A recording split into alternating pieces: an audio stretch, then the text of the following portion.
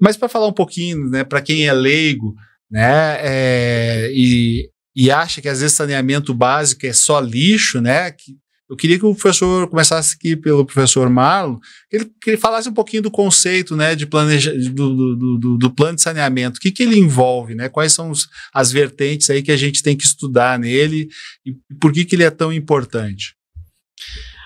Selomar, importantíssimo você começar falando sobre o saneamento e sobre essa parte conceitual do saneamento, porque muitas pessoas, principalmente na mídia, né, nas grandes notícias, aparece o saneamento básico como sendo só água e esgoto.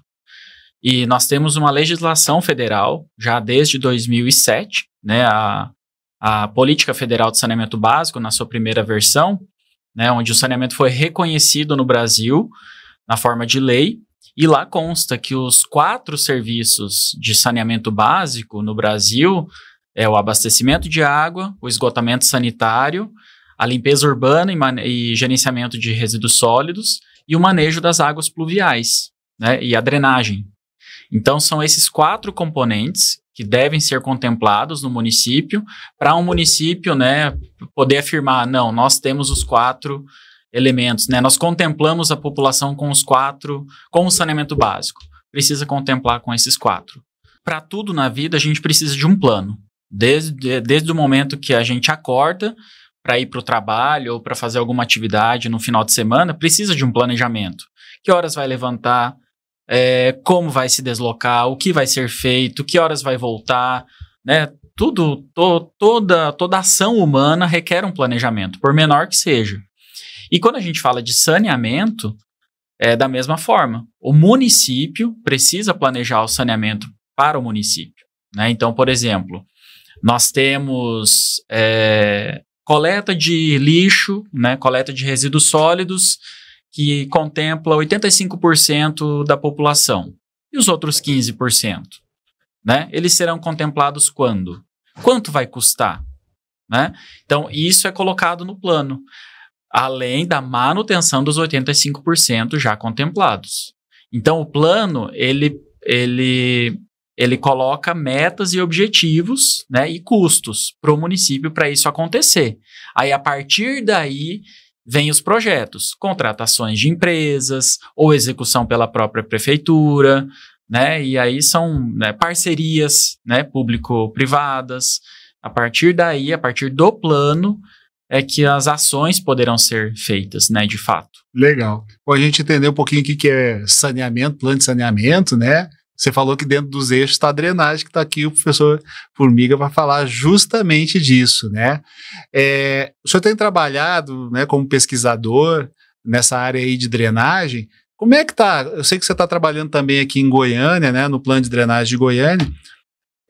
Existe já algum dado sobre o Brasil? Como é que nós estamos? Qual é o nosso déficit, né, de drenagem dos municípios? É muito ruim, é bom? Ou não tem um dado? A gente pode ter uma noção de mais ou menos como é que está a drenagem, né, no Brasil hoje? A drenagem no saneamento é o patinho feio. Então, ele não fazia parte diretamente do saneamento. Ele começou, acho que foi já no primeiro marco de saneamento, foi 2007, né? Mas antes já tinha, em 2000 já tinha. Mas você pega, no início a drenagem não fazia muito parte do saneamento, era uma coisa lá que está ocorrendo. Por que isso é importante? Porque drenagem é um serviço de saneamento. Então, tanto drenagem quanto resíduo sólido, o Marlon já tinha falado, são serviços de saneamento. Como assim? Então, é um serviço que é prestado para a pessoa e ele precisa ser remunerado, digamos. Hoje, nós pagamos pela água, pagamos pelo esgoto. A taxa de lixo possivelmente vai entrar, não a taxa de lixo, a cobrança pelo serviços de destinação de resíduos sólidos. A pessoa chama de taxa de lixo. Drenagem ainda está um pouquinho, estamos um pouquinho atrasados. Está sendo discutido inicialmente na ANA, mas quando você vai em boa parte dos países do mundo, você já paga pela drenagem. Por que isso é importante? Porque serve como disciplinador. Então, a drenagem, a gente tem que entender que ela começa na nossa casa. Então, a inundação que ocorre num ponto distante é motivada por nós. Por não ter consequência própria, ou consequência direta sobre nós, então, eu lanço a minha água na rua e ela não vai inundar a minha casa. Vai ser numa casa, ou vai ser num ponto distante do meu local.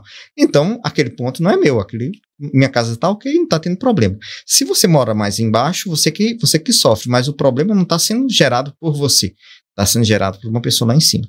Então, para fazer com que tenha um direcionamento melhor dessa água, são feitas as estruturas de drenagem, que a gente conhece como boca de lobo, a tubulação, que seriam as galerias, que ficam debaixo da rua escondidinho.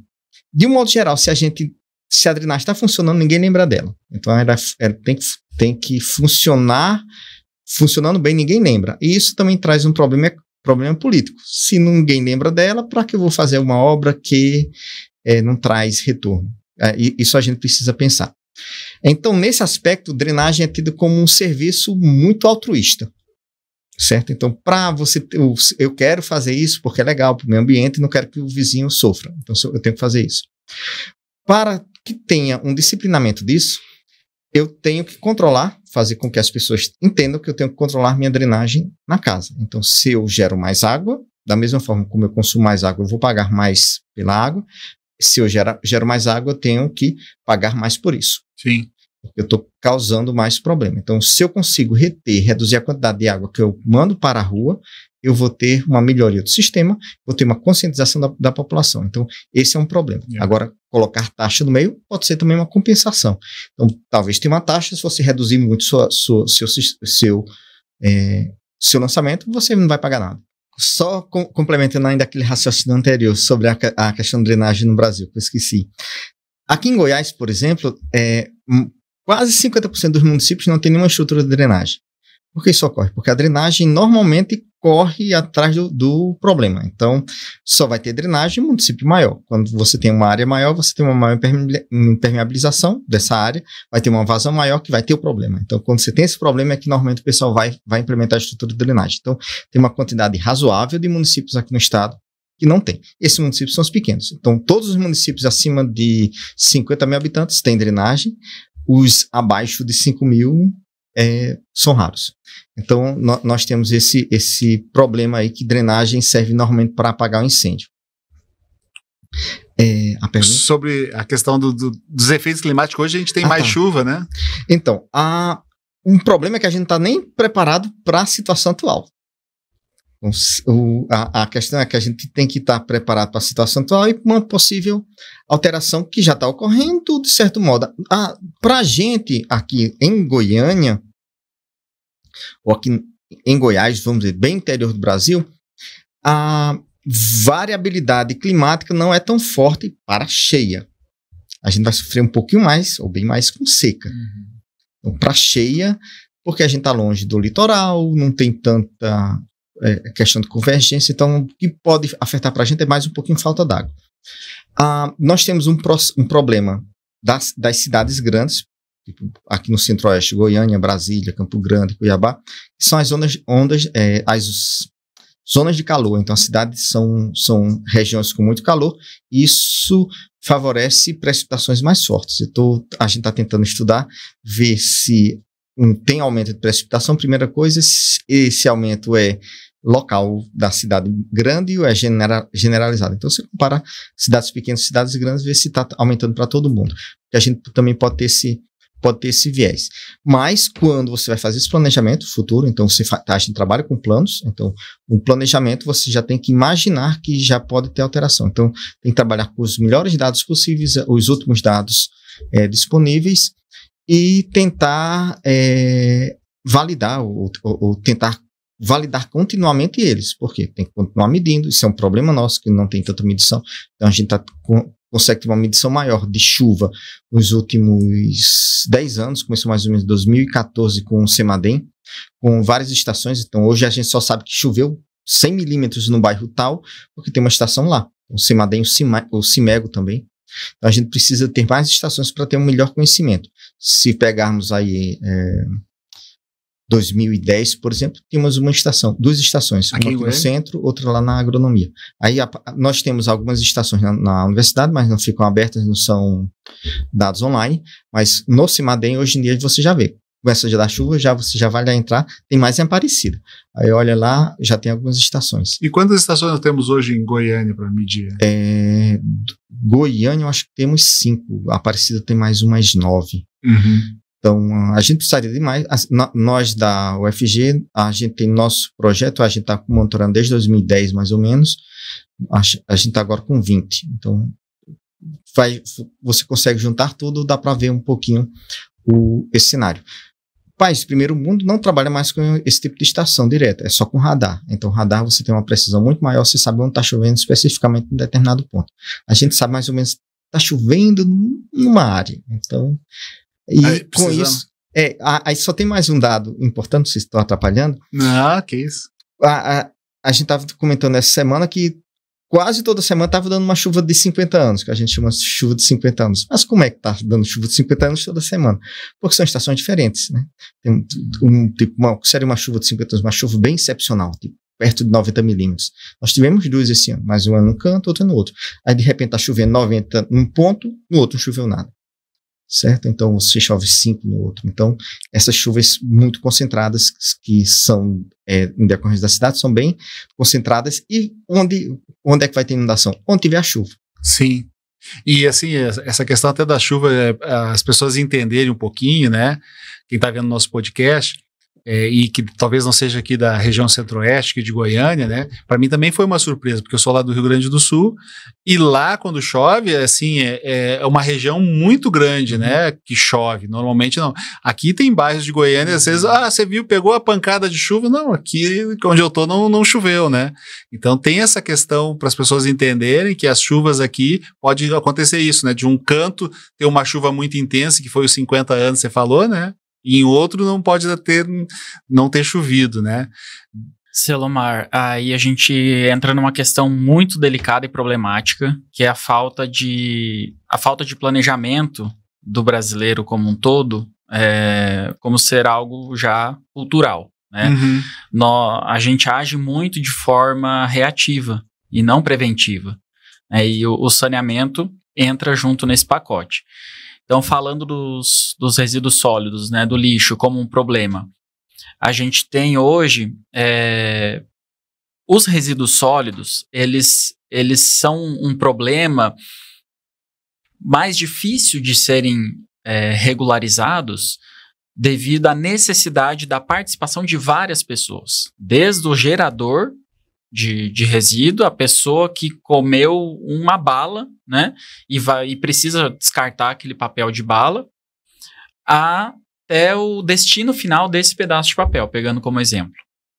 Fazendo uma comparação, quando você, com água, você está com sede ou vai consumir água, abre a sua torneira e ela surge lá, né? Ela surge lá por quê? Porque alguém captou, alguém tratou, e alguém colocou numa rede e ela chegou até a sua casa. O esgoto, quando você tem um sistema de coleta também, você dá a descarga e esquece, né? Agora, os resíduos sólidos, não.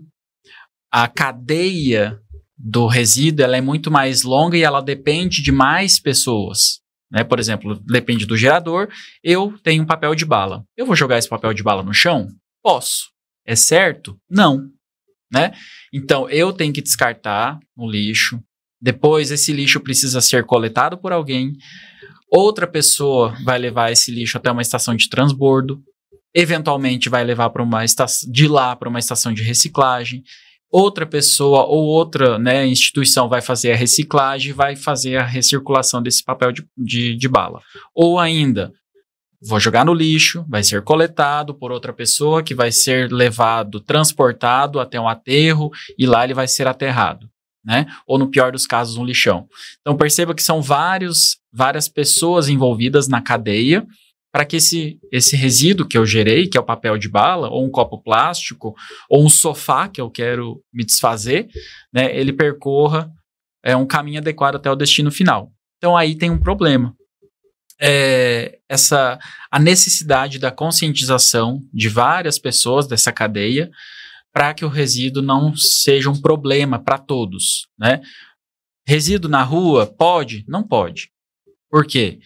porque pode atrair vetores de doença, né? Ratos, aí entra contaminação por leptospirose, por exemplo, baratas, mosquito da dengue, vai entupir as galerias de drenagem, né, professor? Vai poluir os rios e por aí afora. Vários impactos relacionados ao saneamento e saúde pública, né? Então, sobre essa questão continuando essa questão do resíduo sólido, nós temos essa problemática da falta de educação de parte da população que descarta inadequadamente, né? E aí depois tem a destinação final. Hoje no Brasil nós temos uma taxa de coleta média de 90% do lixo da população. Ou seja, 90% da população hoje é atendida com coleta de resíduo sólido. Ok, é até alto, né? Esses 90% não estão igualmente distribuídos. Tem regiões que são mais, regiões que são menos atendidos, mas não é só isso que a gente precisa olhar. Tudo bem, 90% é atendido com coleta, mas após a coleta, vai para onde? Né? Hoje, só 73% dos resíduos vão para aterro sanitário. Os outros, né, mais de 25% vão para lixões ou aterros controlados, que são lixões disfarçados. Né? Então, é um problema, né, essas várias opções que as pessoas acabam optando para descartar os resíduos e os impactos ambientais negativos que vêm junto, né? Então, Goiânia tem uma situação, se você for comparar com as grandes cidades do Brasil, as maiores cidades do Brasil, Goiânia hoje é a 9ª cidade do Brasil, mas se você compara com outras cidades, é mais tranquilo. Por quê? Porque, principalmente devido ao nosso relevo. Nosso relevo não é tão acidentado, a gente está longe do litoral, nós temos um rio próximo, mas não tem tanta ocupação ao longo do rio, que é aqui o meia ponte. Então, nós temos uma tendência de cheias interiores. Então, nós temos umas inundações que a gente classifica como urbanas, que são decorrentes desse processo de urbanização meio caótico que a gente tem. Então, inicialmente a gente tem uma situação ruim, mas não seria a pior situação possível. Então, mesmo cidades interiores como Belo Horizonte, por exemplo, são muito piores que a gente, porque relevo. Então, nós temos uma condição mais tranquila do que boa parte das grandes cidades, não das pequenas, mas das grandes cidades aqui do Brasil. E até dentro do próprio estado, tipo Anápolis, tem uma cidade um pouquinho mais complicada do que a gente. Lá tem problemas de relevo e solo. Quando a água chega lá no solo, lá tem muita erosão. Então, é um problema da drenagem, que são esses processos erosivos. Então, Goiânia está, de certo modo, controlado. Nós temos nossas cheias, temos mortes devido a isso, que é muito triste você ter pessoas que estão morrendo em questão de drenagem. O poder público, de certo modo, tem responsabilidade, mas é responsabilidade também da pessoa. Se você vê uma situação de perigo, você não vai enfrentar o perigo. Então, a gente tem que pensar nisso. É sempre uma coisa que a gente avisa. Está tendo uma cheia, espera 10 minutos, 20 minutos, 30 minutos. Não morra. É muito mais importante você não morrer do que ter um atraso. Então, nesse aspecto, temos os problemas gerais de drenagem no Brasil, que é o quê? Muitas regiões com falta de infraestrutura. Então, você tem, às vezes, implementa um bairro, tem um loteamento, que isso ocorreu muito até 2010, 2012, naqueles financiamentos do primeiro Minha Casa Minha Vida, poder fazer uma região ser loteável e não precisar fazer infraestrutura. Agora, logo depois o pessoal viu que era uma bomba relógio que ia soltar, então já todo bairro hoje em dia precisa de infraestrutura. Desde 2014 já tem uma legislação que toda ocupação nova tem que tomar medidas para reduzir a quantidade de água que chega no córrego, que esse é um dos problemas, que a gente tem que água que chega no córrego. Porque quando chega no córrego, você tem aquela confluência, junta muito, e essa água vai passar, certo? Uma das questões da drenagem, se você não fizer nada, ela funciona. É um serviço autossustentável, digamos assim. Só que vai funcionar de um modo não correto. Então, e essa água que vai passar por cima de ponte, pode passar tranquilo por baixo da ponte, mas pode passar por cima, pode arrastar carros. Nós vimos aí no final de semana, tem um arrasto de carros, ali não era no córrego. E temos problemas de erosão. Então, quando você tem muita água, chega no terreno natural, essa água precisa se acomodar. Temos um córrego que foi formado há milhares de anos, uma determinada vazão. Quando você aumenta essa vazão em 20 vezes, ela vai ter um novo formato. Então, esses aspectos são importantes. Do ponto de vista de local, aí tem uma culpa muito forte da engenharia. Então, a engenharia, nós engenheiros, sanitaristas e ambientais também, somos culpados por uma parte da drenagem. Então, tem várias ruas aqui em Goiânia, vários locais em Goiânia que tem toda a drenagem bonitinha. Não deveria ter alagamento tão forte. Vai ter um alagamento ou outro, mas não tão frequente e com tanta água como a gente tem visto. Isso ocorre por quê? Porque tem problemas de dimensionamento nas estruturas de drenagem. Então, principalmente boca de lobo e lançamentos. Então, boca de lobo é onde a água entra dentro do seu sistema. Então, as ruas a gente já considera como canal. Isso é um erro do ponto de vista de concepção, mas é comum. Então, nós consideramos a rua toda como canal. É um canal, é o primeiro ponto de drenagem. A água vai da rua e precisa ser esvaziada constantemente. Isso quem esvazia são as bocas de lobo. E elas são dimensionadas, são colocadas de modo a que não há um esvaziamento suficiente. Então, vai ter um acúmulo, e aí nós vimos, de vez em quando, nas ruas, as ruas que viram rios e levam carros e tudo mais. Mas o lixo também, ele pode ser um gerador de dinheiro, né? Ele pode gerar energia também, né? São poucas as usinas hoje que geram energia no Brasil. Como é que está essa situação? E nós podemos ter aqui na região metropolitana, já tem algum projeto, alguma coisa? Não? A questão da geração de biogás, né? Uhum. Que é o biogás? É o gás gerado pela decomposição do lixo, certo? Então, hoje, o potencial brasileiro, como um todo, é enorme, porque mais da metade dos nossos resíduos são orgânicos, restos de alimentos, né, cascas de frutas, cascas de, restante de refeições, varrição de poda de árvore, jardim, tudo isso é material orgânico que você pode tratar em reatores, e esses reatores vão gerar o biogás mais concentrado, que dá para ser transformado em energia. A Alemanha é um país pioneiro nisso. Lá na década de 80 já começaram a desenvolver as primeiras usinas, né? Não porque eles são tão amigos assim do meio ambiente, mas é porque lá começou a ficar escasso os terrenos para aterro sanitário. Então eles encontraram nos bioreatores essa oportunidade de produzir energia. A partir do lixo, né? No Brasil, nós temos um potencial muito alto, então, porque a nossa porcentagem de resíduos orgânicos é muito elevada. Se a gente pegar resíduo do agro ou dejetos de animais, isso só aumenta, né?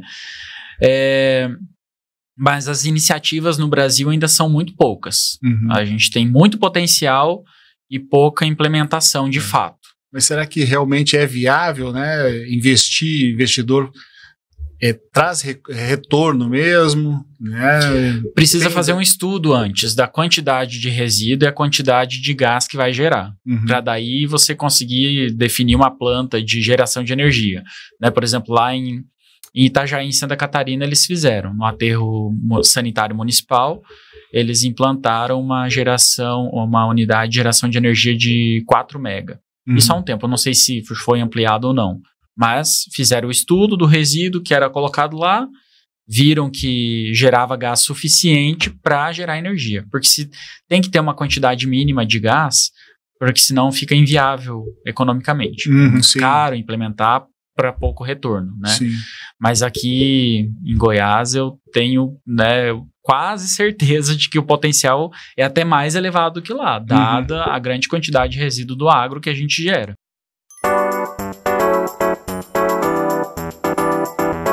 Queria que você falasse para a gente aqui um pouquinho desse conceito. O que é patrimônio histórico? Às vezes a gente pensa só que é o bem, né? Mas eu tô conversando contigo, também tem o patrimônio histórico material e imaterial, né? Isso. O conceito de patrimônio, ele é abrangente, né? Envolve um conjunto de bens cuja preservação seja de interesse público, que tenha relação com a história, com a cultura, né? De diversas localidades. E tem o âmbito material e o imaterial. Acaba que a gente, enquanto arquiteto, lida mais com o material, especialmente patrimônio edificado, né? Mas também a gente não pode esquecer dessas instâncias, né, do bem imaterial, que vai ter uma chancela também específica aí, por parte do governo, que vai reconhecer as manifestações culturais de diversas ordens, né? Então, dança, música, expressões gráficas diversas, né, festividades, então tudo isso também é patrimônio, né? Então, dentro desse universo do patrimônio tem a parte material e edificada e também esse conjunto do patrimônio imaterial, que acaba que geralmente, não exclusivamente, né, mas geralmente o palco da realização desses patrimônios também imateriais, né, é a cidade. Então, a cidade acaba estando envolvida em todos esses aspectos aí, né? E, Ana Amélia, dentro desse contexto que está falando, né, você como arquiteto urbanista, quando você faz um diagnóstico, né, do patrimônio histórico, você também faz do cultural, você também levanta, você tem qualificação para levantar, né, se uma cidade tem algum evento cultural, alguma coisa que faz parte, né, da história da cidade. Você trabalha isso também.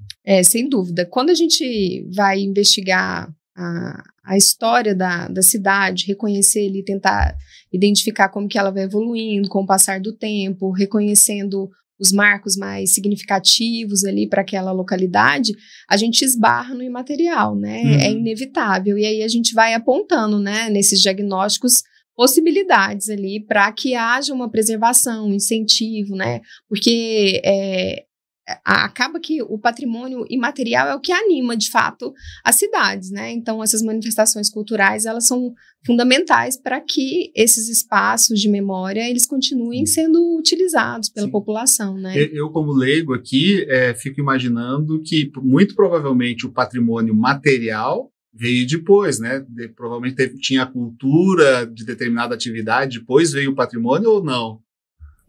Isso não tem relação. Não, eu acho que uma coisa está intrinsecamente relacionada com a outra, né? Então, eu não sei dizer qual que veio primeiro, né? Do ponto de vista de gestão, acaba que a chancela, assim, o reconhecimento do material, ele acontece primeiro, né? Historicamente falando, né? Mas para que haja esse patrimônio edificado, sem dúvida alguma, as manifestações culturais, essas que são as imateriais, elas já aconteciam, né? Então, uma coisa está intimamente relacionada à outra. Eu acho muito interessante tudo bem. Eu acho muito interessante essa discussão, porque o patrimônio material, na verdade, ele é a manifestação da cultura como um todo. E não só da cultura, mas de toda a história do povo, né? Que no final a gente pode chamar de cultura, né? Então, um edifício, ele traz tanta informação de uma época que a gente não, quem está de fora, quem só, né, não conhece o edifício por dentro, não consegue imaginar. Então, por exemplo, a gente identifica os materiais, por exemplo, na cidade de Goiás, né? Então, a gente tem edifícios coloniais. Quando a gente começa a trabalhar no edifício para restaurar, a gente descobre o que se utilizava naquela época.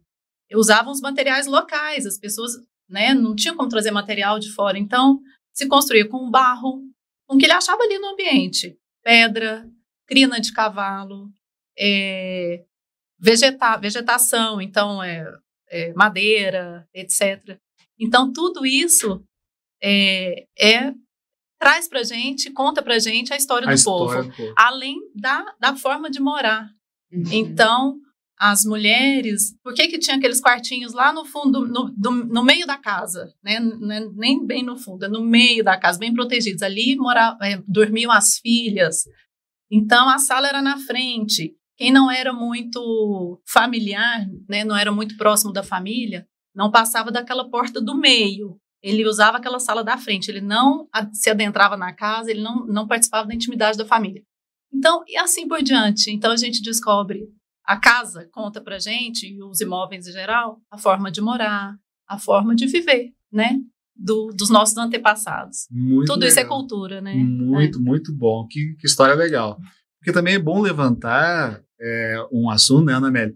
que as pessoas acham que no lote dela ela pode fazer qualquer coisa, mesmo que não seja um patrimônio histórico. E existe um regramento do que eu posso fazer dentro do meu lote, né? Por exemplo, eu tenho um lote, eu tenho que ter um afastamento em relação ao meu vizinho, né? Eu tenho as áreas permeáveis, eu tenho a altura que limita determinada zona, né? Então eu não posso fazer qualquer coisa, né? Mas no patrimônio histórico, quais são as restrições maiores, assim, né? Que elevam, que deixam as pessoas, assim, de repente, né? Vamos dizer assim, mais com medo do tombamento? O tombamento, ele vai depender bastante, assim, da maneira como ele é feito e do que foi chancelado, assim, né? De quais aspectos foram considerados naquele tombamento. Então, no âmbito federal, por exemplo, você tem o livro, tem os livros do tombo histórico, de belas artes, né? E aí, geralmente, os bens edificados, eles vão entrar nesses dois, ou paisagístico também, né? Dependendo das dimensões, da escala do que tiver envolvido ali, com o conjunto, né, edificado. Às vezes você tem uma área de jardim que entra também no âmbito paisagístico. E aí, em alguns casos, quando você entra, principalmente esses bens cuja chancela vem pelo aspecto artístico da obra, se pressupõe uma manutenção integral daquelas características para que as futuras gerações elas reconheçam aquele bem na sua totalidade.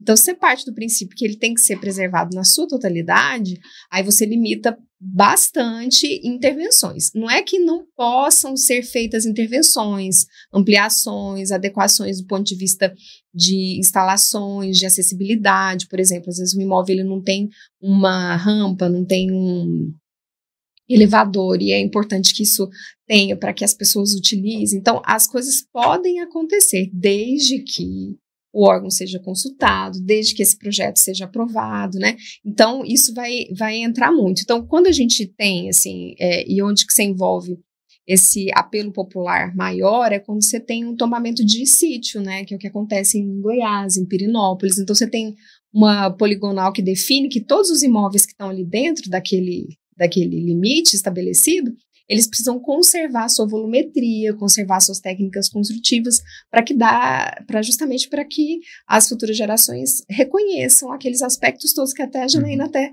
comentou, né, sobre a maneira como foi construída, como que as pessoas habitavam. Então, pode ser feito, mas não pode ser feito a revelia, assim, de qualquer jeito. Você tem que consultar o órgão, você tem que cumprir com etapas. É como você falou, não é muito diferente do que acontece dentro de uma cidade nova, como Goiânia, por exemplo, que para você fazer uma construção, você precisa da aprovação da prefeitura também. Mas aí entra outros aspectos, né, assim, porque a pessoa se sente um pouco mais incomodada pelo fato de que ela já estava ocupando o imóvel antes de vir a chancela, e ela se sentia um pouco mais livre antes, e isso vai trazer imposições. E a coisa do tombamento, talvez eu acho que o aspecto cultural mais importante é esse que a Janaína já começou a falar, né? Porque o tombamento ele traz uma série de implicações, assim, de ônus para o proprietário. Então, ele não pode vender para quem ele quiser, ele tem que primeiro oferecer para o governo, isso no âmbito federal, né? Se o governo quiser, aí sim ele vende para qualquer pessoa, né? Ele não pode mudar a cor da fachada sem consultar o órgão, ele não pode fazer uma ampliação sem consultar o órgão, e isso vai gerando, né, um certo, assim, desconforto por parte dos proprietários, né? Mas não é que há um engessamento, as coisas são passíveis de acontecerem, mas elas têm que acontecer dentro de um determinado trâmite ali, que é um pouco mais burocrático. As pessoas parecem que têm horror, né? Não, fui tombado, né? E já uma outra pergunta, né, Janaína pode responder. Eu tenho um bem tombado, né? O meu uso é só residencial ou eu posso também ter um uso comercial, não residencial, né? E assim também, já uma outra pergunta em cima para vocês já ir debatendo, né? O que eu vejo, o que a gente normalmente vê, né, a população em geral foi tombado, virou museu, né? Não pode, só pode usar para museu. E até que se vocês dessem alguns exemplos, né? Se tem alguma coisa, por exemplo, em Goiânia, eu sei que em Blumenau, por exemplo, a Hering tinha um prédio histórico lá e faz uso comercial desse prédio. Ele fez um retrofit e usa esse prédio, né, como tem um uso comercial, né, de de showroom de loja e tal. Como é que é isso, né? Quais os usos que a gente pode ter? Como é que funciona? Então, no geral, não há restrição de uso para um edifício tombado.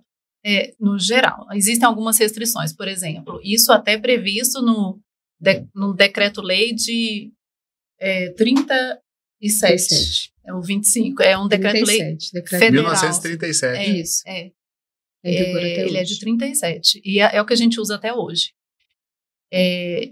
Se a lei é boa, federal. Então está funcionando, exatamente, né? Aí, então, assim, quais são as restrições? Por exemplo, você não vai poder transformar um bem tombado num posto de gasolina ou e nem um depósito de fogos de artifício, coisas que coloquem o bem em risco. É isso, basicamente. Então, para esses usos mais comuns, não há restrição. Então, pode ser residência, pode ser um hotel, pode ser loja, né, qualquer uso comercial. Não há restrição. Até um hotel, porque as pessoas vão ter um grande uso. Sim, né? Então, não há restrição. O que precisa, eu acho que, no geral, as pessoas têm resistência até o que a Ana Amélia falou, um imóvel novo tem resistência a respeitar as normas estabelecidas pelo poder público para uso daquele imóvel. Para uso até de áreas públicas, né? As pessoas têm resistência. Então, eu acho que esse medo do tombamento é mais o desconhecimento e a resistência a respeitar normas. Sim. Sabe? Porque qualquer edifício pode ser adequado para o novo uso. Então, você vai poder... Nossa, mas é quente. Antigamente não existia ar-condicionado. Você vai poder ter ar-condicionado dentro do edifício. Num tombamento, Sim. Elevador. Então, edifício, os edifícios não tinham acessibilidade. Hoje é primordial que eles sejam acessíveis. Sim, vamos colocar um elevador. Então, tudo isso é possível, tudo isso a gente faz quando faz um projeto de restauro, de revitalização, retrofit, né, num bem tombado, a gente consegue. Falando em mobilidade, uma curiosidade, né? Estou fazendo pergunta de leigo aqui, né? Visitando Paraty, já fui, adoro, né? Paraty, muito legal, já fui várias vezes lá. Como é que funciona essa questão? Você tem um conjunto lá que está todo tombado, né? Sim. Mas as pessoas, como é que vão andar de cadeira de roda no meio daquelas pedras lá, né? Olha, aí é uma limitação séria que não tem como resolver. Realmente, não tem? Não, por quê? Nós temos as ruas, são como Paraty, as ruas são de pedra, as calçadas são muito estreitas, muito estreitas. Exatamente. Então, infelizmente, é bem complicado. Essa questão da mobilidade é muito complicada. Nem sempre a gente consegue, então, atender a mobilidade. Nem sempre. Nem sempre. A própria lei, né, ela vai dizer que essa acessibilidade universal, que é o desejado, ela vai ser, assim, passível de ser realizada em alguns casos e outros não. Quando a gente lida com o patrimônio histórico, uma prática que é bem comum, e aí a gente vai encontrar isso mais em experiência na Europa, em outros lugares, é criar dentro dos centros históricos rotas acessíveis. Se entende assim que garantir acessibilidade a todo o centro histórico é praticamente impossível, mas em alguns aspectos, em alguns casos específicos, aí dá para se traçar umas rotas acessíveis. Aí nesses locais, assim, onde você consegue fazer isso, aí você vem com um calçamento que seja, assim, de uma materialidade que dialogue com a pré-existência, mas que vai garantir, né, essa possibilidade da pessoa, né, do cadeirante transitar, e aí você também garante que lá nos locais, né, de embarque e desembarque, eventualmente a pessoa vá com um veículo próprio, ou que tenha vagas acessíveis, que ele consiga adentrar nos edifícios, porque isso precisa acontecer em vários níveis, né? Então, garantir acessibilidade total é praticamente impossível, mas em alguns casos a gente consegue minimizar e fazer com que seja mais democrático, né? Optaram em estabelecer um contraste, né? Se você pensa numa obra como essa do BRT, que é muito extensa, e eles optaram em padronizar um modelo de estação para todo o percurso, eu acho que o que foi infeliz foi isso, sabe?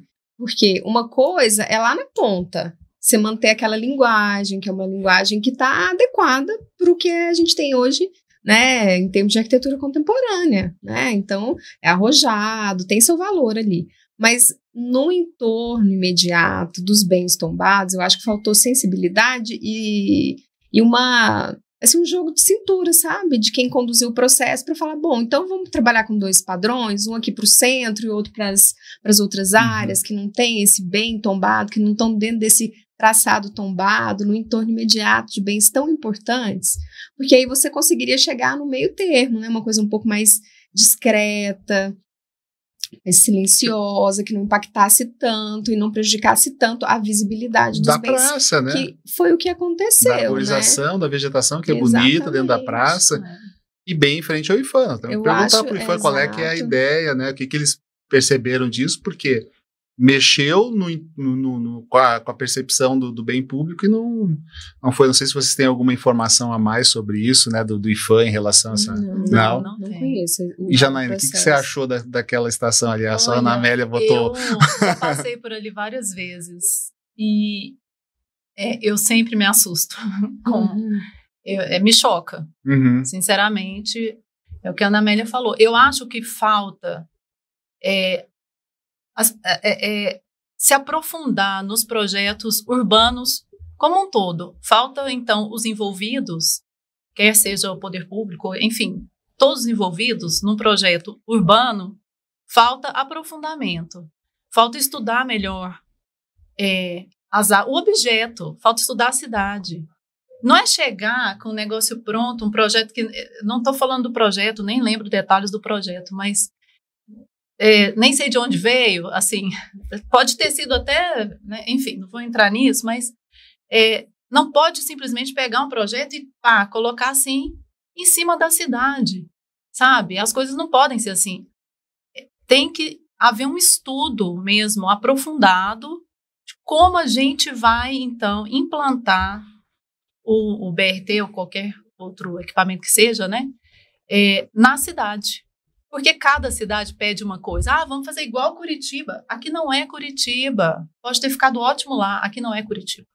Né? Cada parte da cidade tem uma característica. Exatamente. A cidade, ela não é igual. Todos os bairros têm suas particularidades, né? E quando você trabalha dentro de uma perspectiva de um trajeto tão longo, tão extenso, Goiânia é muito grande, né? Se optar por uma linguagem única para todo o percurso, eu acho que no mínimo foi infeliz. Exatamente. Né? Você pega um paralelo, você pega metrô em qualquer capital europeia, né? Londres, sei lá, Paris, cada estação tem uma linguagem que se identifica com a área onde ela está implantada. Aqui deveria ser assim também, com o nosso metrô, nosso BRT, né? Então, respeitar aquela área, que é uma área tombada, e a questão... não respeitou nem o decreto-lei que normalmente se respeita. Quer dizer, quando... normalmente tenta. Normalmente se respeita. Tem que se respeitar, é lei, né? É lei. Nem isso foi respeitado ali.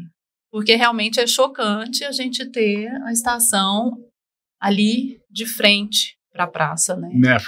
Ficou. Assim, eu dou minha opinião de leigo, né? Mas ficou feio, né? Eu acho que com um gradil ali de mau gosto, eu acho, até para aquela área ali, para a vegetação, porque a gente fala tanto de vegetação, como é que as pessoas vão começar a gostar de vegetação se eu estou tampando ela, né? Mas é uma opinião minha. Eu acho que foi uma oportunidade perdida, sabe? Perdemos uma boa oportunidade de inserir dentro do centro histórico de Goiânia, né? Um equipamento ali, um mobiliário urbano com linguagem contemporânea que dialogue ali com o patrimônio e tal. Então, assim, foi uma oportunidade perdida. E agora eu tenho o transporte, o transporte coletivo chegando à Praça Cívica para um novo, né, uma requalificação, uma revitalização, né, trazendo pessoas, né? Uma coisa que eu sempre aprendi com vocês, né, que não adianta ter o espaço, eu não tenho gente, né? Eu preciso ter pessoas ali participando. Não adianta fazer uma boa praça e as pessoas não vão na praça. Aí o prefeito, às vezes eu vejo alguns prefeitos falando, não, mas eu fiz uma praça e ninguém usa. Então o senhor tem que ensinar as pessoas a usar aquele equipamento. Infelizmente, às vezes a gente não sabe usar as praças, os equipamentos. A gente tem uma dificuldade. Em alguns podcasts anteriores, né? Os nossos entrevistados sempre falaram o seguinte, olha, o urbanismo no Brasil tem 70 anos, né? Até 70 anos atrás, a maioria vivia, né, 70, 80 anos, vivia na área rural. Então, agora nós estamos aprendendo a viver em coletividade ainda, né? Tem muitos espaços ainda que só pessoas que tinham, né, posses e dinheiro, que moravam naquela cidade, sabem usar determinados equipamentos, né? Como cuidar de uma calçada, como usar uma praça, né? Então, a gente faz parte, né? Você falou lá no início do patrimônio imaterial, né? Uhum.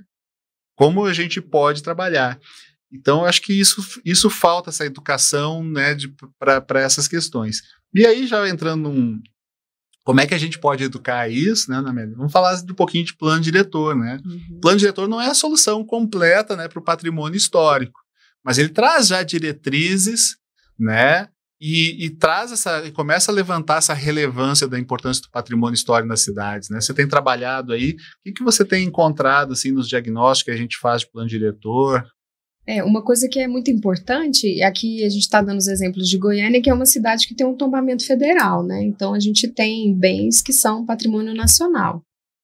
Temos bens também em Goiânia que são patrimônio estadual, e a Janaína trabalhou, né, na diretoria lá que cuidava desses tombamentos em nível estadual. Mas uma coisa que a gente tem que lembrar sempre é que as cidades, os municípios, eles também têm competência legal para legislar sobre patrimônio, e eles têm que exercer isso para garantir que os seus espaços de memória ali sejam mantidos. Então, a gente percebe muito que essa dinâmica, né, da urbanização um pouco mais acelerada tem feito com que os testemunhos ali, né, do processo de ocupação dos lugares, que vai demonstrando como que a cidade vai se desenvolvendo, que essas marcas vão se perdendo com o tempo, né? E aí, se não é um bem que tem uma relevância estadual, federal, para vir esses órgãos e fazer a chancela, aí que a coisa se perde mesmo, né? Então, o município, ele deve cada vez mais se atentar para isso, porque no final das contas, é no dia a dia ali da cidade que isso vai sendo identificado, né? E esse potencial vai sendo observado.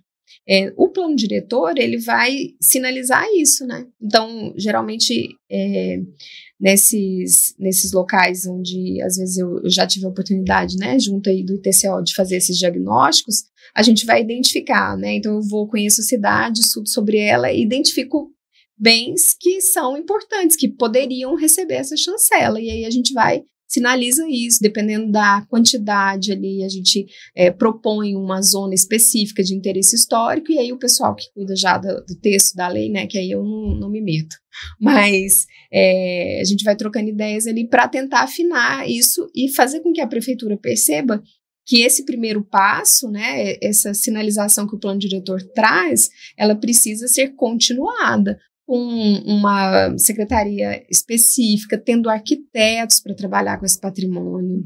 Gente, tem cidades que são patrimônio nacional aqui em Goiás, que não tem um arquiteto dentro da prefeitura. Então, assim, né, é uma coisa, assim, absurda a gente pensar uma gestão de uma cidade histórica sem um arquiteto no quadro, assim, e acontece. Então, isso tudo precisa acontecer, sabe, assim, juntar todos esses esforços para que essa proteção seja efetivada, porque senão vira letra morta. E espero que vocês tenham gostado, e se você também tem sugestões sobre esse bate-papo ou sobre outro, pode colocar nos comentários, né? Seguir a gente também lá no Instagram, né? Planejamento_urbano_ITCO, tá? E a gente vai ter um prazer maior também, sugestões de novos bate-papos, aí a gente está aberto a receber. Obrigado a vocês de novo. Eu que agradeço. E até o próximo Complexidades.